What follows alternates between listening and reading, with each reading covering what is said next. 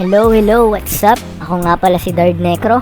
Tara, samahan niyo ako sa mga bagong update sa Dragon City ko. So ayun, dito na nga pala yung VIP chest at saka yung internal insignia. Nakakuha nga rin pala tayo ng Clover Dragon since nagawa natin yung isang mission. So tignan natin, buksan natin to.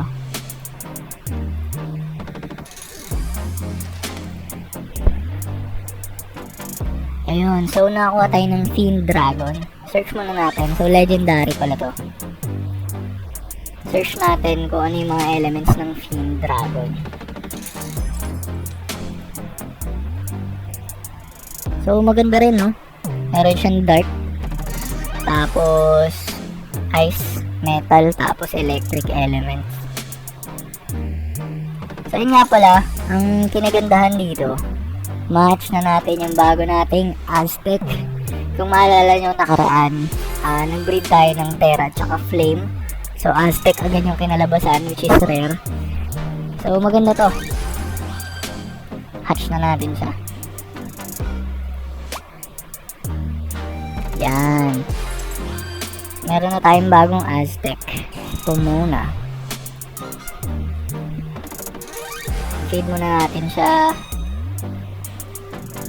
Tapos nga pala si Sassy, wala pa rin siyang bagong pangalan. So, kung may iniisip na kayo, comment down below kung anong magandang pangalan para dito sa Flaming Rock natin. Tapos, ayun, meron na rin tayong Volcano Dragon. So, pag pinlace natin siya, which is, di pa pwede, bili muna tayo habitat. Bagong habitat para sa kanya. So, ayun, habang nag-build yung habitat natin, no, na-unlock ko na nga rin pala itong Do Runner Island. Lalaroin natin siya mamaya. Tsaka itong Maze Island. Yan, na-unlock na natin sila parehas. Pati itong mga events. Bale, ayun, sa Dragon TV Collection, nanood na ako ng mga ads dito, na-unlock na rin natin siya. So, ayun, nanood na ako. Claim na natin yung mga rewards. Tingnan natin kung ano makukuha natin sa mga rewards na to. Yan, Joker Orbs.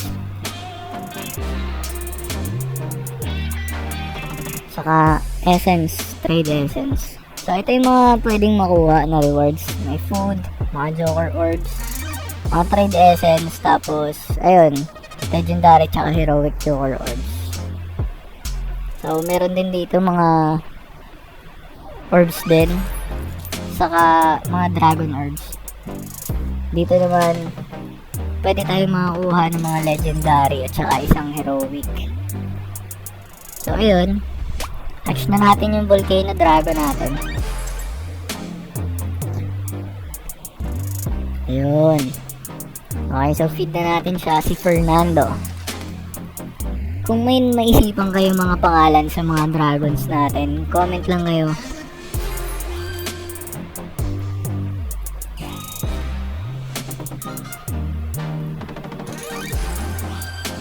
Ayun, so pwede na rin siguro nating i-hatch tong Fiend.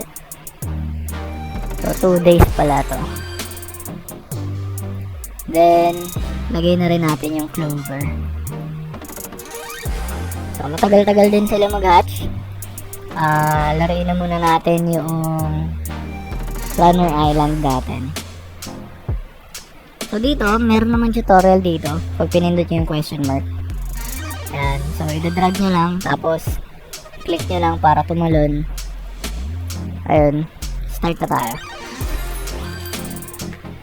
So, experience ko dito, na-experience ko naman na siya dun sa mga dati kong accounts sa Dragon City, which is siguro maganda na rin para sa akin kasi may experience na ako dito. Yun, so hindi na masyadong mahihirapan. Tapos ang alam ko max nito is 120 lang. Kung makikita nyo yung electric pa na yan, yung mga kulay violet na yan, yan yung kailangan natin i-collect para umangat at makuha yung mga rewards. So 120 yung max nyan kada isang run. So, tatry natin siya makuha. Pero, syempre, masaya na rin tayo kung makakuha na agad tayo ng kahit 100 lang. Yan.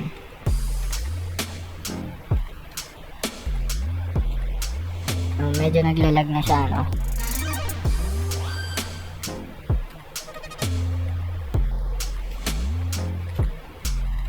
So, yun. Unang run natin, 106 agad. Tignan natin kung ano makukuha natin.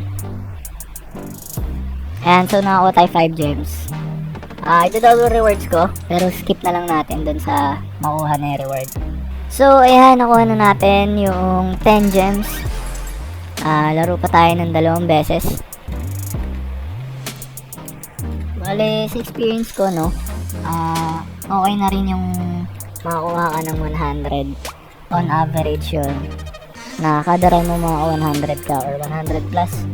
Maganda kung makuha mo yung 120, no, pero okay na rin tong 100 on average, since halos yung mga nauunang mga rewards dito is makukuha mo na kada makakuha ka ng 100 na yun, mga fan, mga violet na parang electric fan. Yan. So, tatry lang natin yung best natin dito para makuha natin yun. Yung mga rewards na pwede natin makuha. Sa tingin ko rin kasi late na rin tayo makapasok dito sa event.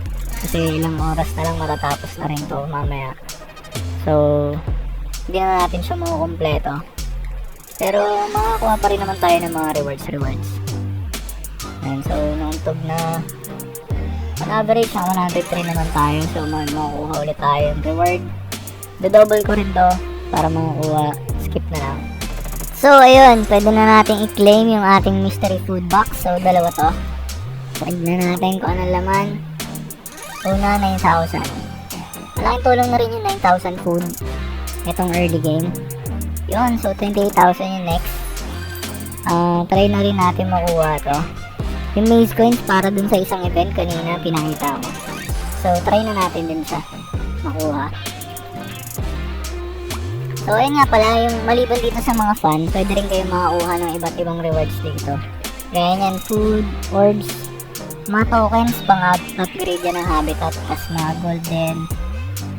So, marami rin pwede makuha dito maliban dun. Iba't ibang rewards. Mga dragon orbs, ayan. Tapos, wala naman masyadong tricky part dito. Unless siguro dun sa mga 70 part, kasi minsan may mahirap na part dun na mahirap talunan o kaya mahirap likuan. Yan, gaya nito, sabay talon agad. Yan. Pero dun sa nasa 100 plus naman, yung bilis lang talaga yung makakapatay sa'yo. Unless yun, nahirapan ka talaga sa mga gantong klaseng laro, yung mga mabibilis. Kapag mabilis na, pero on average, mga 100 plus ka or 100, okay na rin. Hindi mo naman kailangan mag-stick dun sa 120. Pero kung makukuha mo yung 120, mas maganda, no? Kasi syempre, dagdag points din. So, ayun. Double rewards ulit. Skip na lang. Ayun, okay. So, i-claim na natin tong Rolex chest. So, dalawa ulit to.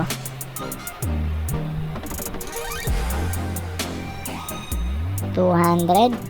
Sana 400. Okay, 200 pa rin. Not bad na. Okay na rin. So, try na natin laruin yung maze event. Yan. So, hindi natin pwede makuha to since mahirap na rin since one day na lang yung natitira. Maganda sana kung magkakaroon pa tayo ng isa pang legendary. Pero, ito na lang muna. Yung rare.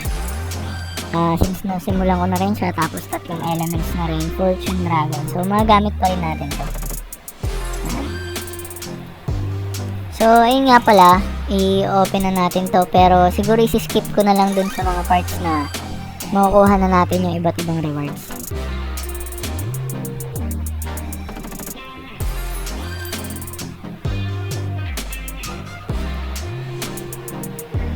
Claim na ulit natin double chest. Sana makuha din natin yung reward doon sa event, no? para ma-exchange natin. Kaya lang dalawang double dime. So baka mahirapan tayo makuha yun. I-claim lang natin to, hindi na natin ito double reward since common joker orb lang naman. Ito kasama rin to sa event, so tingnan natin. Another mystery food box. Yung mga pwede natin makuha. Claim natin siya.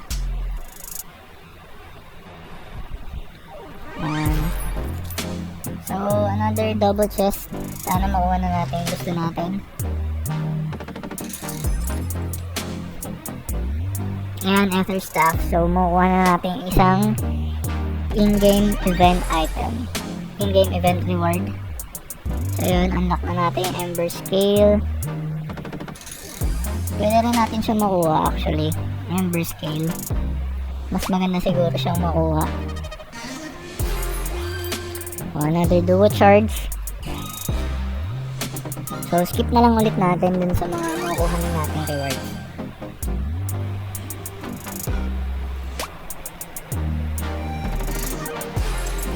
$16,000 food. Yan.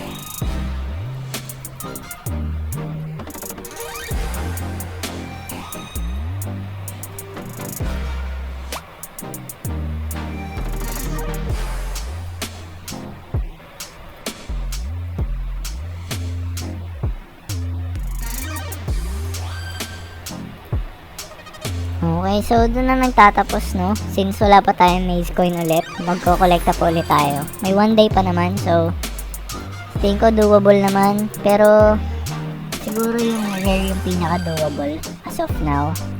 Since 3 steps na lang siya, tapos makukuha na natin.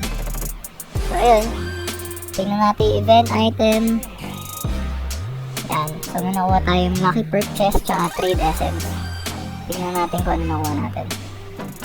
Yung dalawang breeding perk, makakatulong to sa atin para tumaas yung breeding level natin. Para kapag nagbe-breed tayo, ma-unlock din natin yung ibang dragons. So ayun, maliban pala dun, meron ako na-unlock na collection sa Dragon Book. Na-complete ko na kasi yung 5 need. So meron ako niyan 5 yan, makuha na natin to. So gems, food, experience, gold. Pero most especially itong Love Dragon since nakuha na rin natin siya ngayon. So marami pa to. Maraming mga collections na pwede natin makuha. So yun yung first na nakompleto natin, yung New Beginnings collection. So susunod-sunod rin natin yan. So nag-hatch na yung fiend natin after 2 days siguro. Maganda match na to. So ayun, level 9 na rin naman tayo. Claim lang natin to.